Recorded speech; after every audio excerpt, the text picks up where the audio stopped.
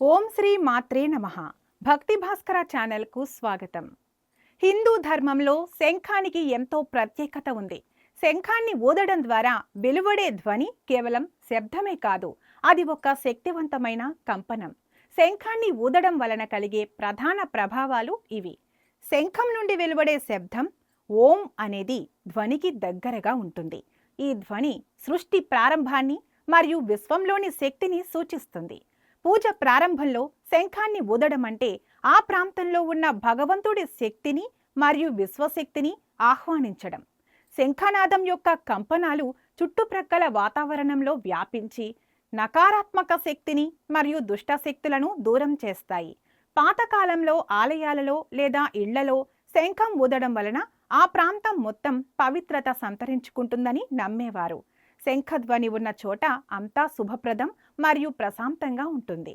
శంఖం యొక్క ప్రత్యేకమైన మరియు తీవ్రమైన ధ్వని తరంగాలు పరిసరాలలో ఉన్న సూక్ష్మజీవులు మరియు క్రిమికీటకాలపై ప్రభావం చూపి వాటిని నశింపచేస్తాయని లేదా దూరం చేస్తాయని ఆయుర్వేదం మరియు కొన్ని ప్రాచీన గ్రంథాలు పేర్కొంటాయి. అందువల్ల శంఖాన్ని ఊదడం అనేది సహజమైన వాతావరణ శుద్ధి ప్రక్రియ. శుభకార్యాలు లేదా పూజలలో శంఖాన్ని ఊదడం అనేది దేవతలను ఆ కార్యక్రమాలకు ఆహ్వానించడానికి చిహ్నం. శంఖనాదం ద్వారా తమ ప్రార్థనలు నేరుగా దేవతల చెవికి చేరుతాయని భక్తులు విశ్వసిస్తారు. శంఖం కేవలం ధ్వని సాధనం మాత్రమే కాదు, అది ఒక పవిత్ర అంశాలకు ప్రతీక.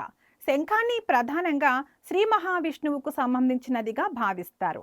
విష్ణువు తన 4 చేతులలో ఒకటిగా పాంచజన్యం అనే శంఖాన్ని ధరిస్తాడు. పాంచజన్యం అంటే 5 రకాల జీవుల నుండి జన్మించినది అని అర్థం. అందువల్ల శంఖం విష్ణువు శక్తి మరియు రక్షణకు చిహ్నం. శంఖం ఉన్న చోట విష్ణువు మరియు లక్ష్మీదేవి కొలువై ఉంటారని నమ్మకం. శంఖం సముద్రంలో ఉద్భవించినది. పురాణాల ప్రకారం శంఖం మరియు లక్ష్మీదేవి ఇద్దరూ పాల సముద్ర మథనం నుండి ఉద్భవించారు. అందుకే శంఖాన్ని లక్ష్మీదేవి సోదరిగా మరియు సంపదకు చిహ్నంగా భావిస్తారు. ఇంటిలో శంఖాన్ని ఉంచి పూజించటం వలన ఐశ్వర్యం, సంపద మరియు సౌభాగ్యం లభిస్తాయి. పూజా సమయంలో శంఖంలో నీరు పోసి తులసి దళంతో పూజ చేసి ఆ శంఖతీర్థాన్ని ప్రోక్షించడం లేదా సేవించడం ఒక ముఖ్యమైన ఆచారం. శంఖంలోని నీరు గంగాజలంతో సమానంగా పవిత్రమైనదిగా పరిగణించబడుతుంది. ఈ తీర్థం ఆరోగ్యానికి మరియు ఆధ్యాత్మిక శుద్ధికి దోహదపడుతుంది. శంఖాన్ని ఇంట్లో ఉంచడం మరియు పూజించడం వలన వాస్తు దోషాలు తొలగిపోతాయని నమ్ముతారు.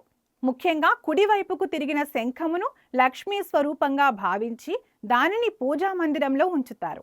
మహాభారత యుద్ధంలో ప్రతి యోధుడు తనదైన ప్రత్యేక శంఖాన్ని కలిగి ఉన్నాడు. శ్రీకృష్ణుడి శంఖం పాంచజన్యం, అర్జునుడి శంఖం దేవదత్తం, భీముడి శంఖం పౌండ్రం.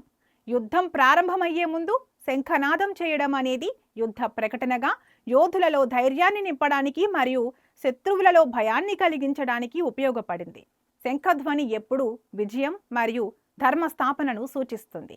శంఖం అనేది హిందూ ధర్మంలో ధ్వనిశక్తి, దైవత్వం, పవిత్రత మరియు విజయానికి ప్రతీక. దానిని ఊదడం వలన ఆధ్యాత్మిక మరియు ఆరోగ్యపరమైన ప్రయోజనాలు కలుగుతాయి. అదే సమయంలో అది లక్ష్మీ విష్ణువుల అనుగ్రహాన్ని అందిస్తుంది. ఈ వీడియో మీకు నచ్చినట్లయితే లైక్ చేయండి, షేర్ చేయండి. మరిన్ని ఇలాంటి వీడియోల కోసం మా ఛానల్ను సబ్స్క్రైబ్ చేసుకోండి. అలాగే బెల్ ఐకాన్ను నొక్కండి. దీని ద్వారా మేము చేసే ప్రతి వీడియో నోటిఫికేషన్ రూపంలో మీ వద్దకు చేరుతుంది. సర్వే జనా సుఖినో భవంతు.